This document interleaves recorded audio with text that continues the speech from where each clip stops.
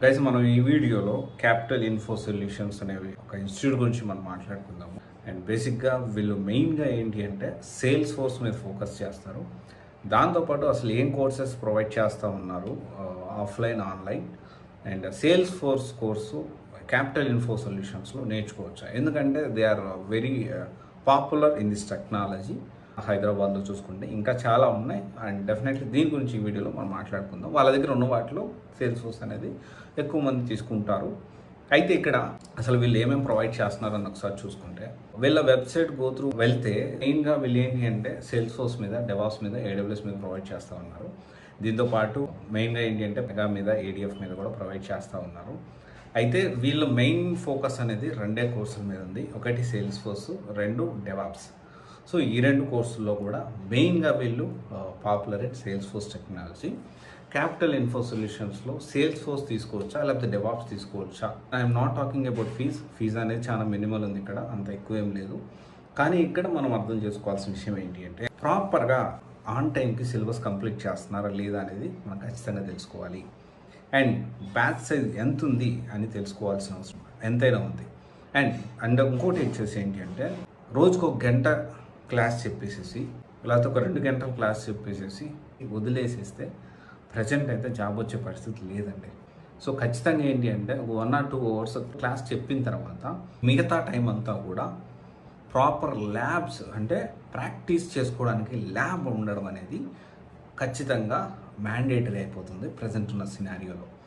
And at the same time repeated projects అంటే ఒక సంవత్సరానికి ఫర్ ఎగ్జాంపుల్ చెప్తున్నా, ఒక 50 బ్యాచెస్ రన్ చేశారనుకుందాం. అంటే యావరేజ్న మంత్లీ 3 బ్యాచెస్, ఓకే 36, 4 బ్యాచెస్ అనుకుందాం 48. లేకపోతే 25 బ్యాచెస్ ఈ ఇయర్ మొత్తంలో రన్ చేశారనుకుంటే ఆ 25 బ్యాచెస్ కూడాను స్టార్టింగ్లో ఏ ప్రాజెక్ట్ ఎలా ఉంటుందంటే కొన్ని ఇన్స్టిట్యూషన్స్ ఒక ప్రాజెక్ట్ ఇస్తారు.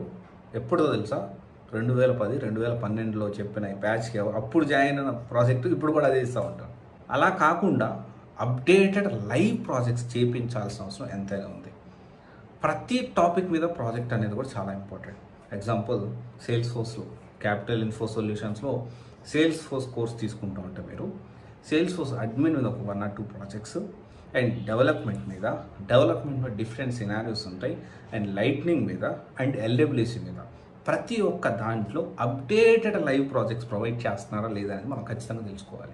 అండ్ ఒక సేల్స్ ఫోర్స్ బేసిక్స్ చెప్పేసేసి మీరు వెళ్ళి ఇక జాబ్ తెచ్చుకునే పరిస్థితి అయితే అస్సలు లేదు.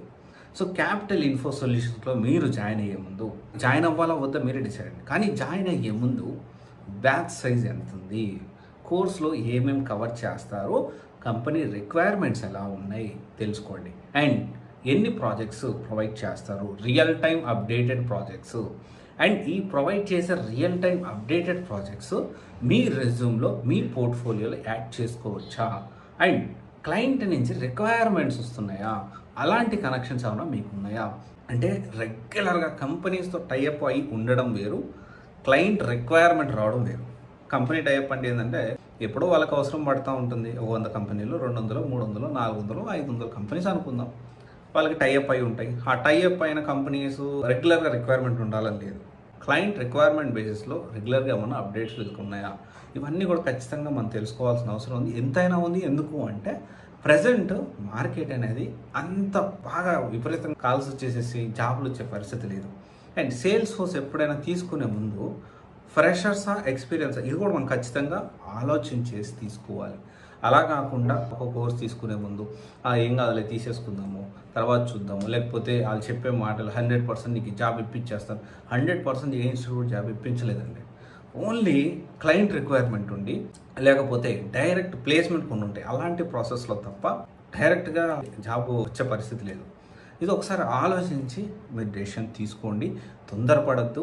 అండ్ క్యాపిటల్ ఇన్ఫో సొల్యూషన్లో జాయిన్ అవ్వాలా వద్దా ఇవన్నీ కన్సిడర్ చేసుకొని అప్పుడు మీరు ప్లాన్ చేసుకోండి. అండ్ ఇంకొక విషయం, capital info solution is comparatively వాళ్ళ దగ్గర ఒకవేళ తీసుకోవాలి అనుకుంటే సేల్స్ ఫోర్స్ ఒకవేళ తీసుకోవచ్చు, మేబీ ఈ పాయింట్స్ అన్ని కన్సిడర్ చేసుకొని. బట్ డెవాప్స్ అంటే నాకైతే ఐ డోంట్ థింక్ సో.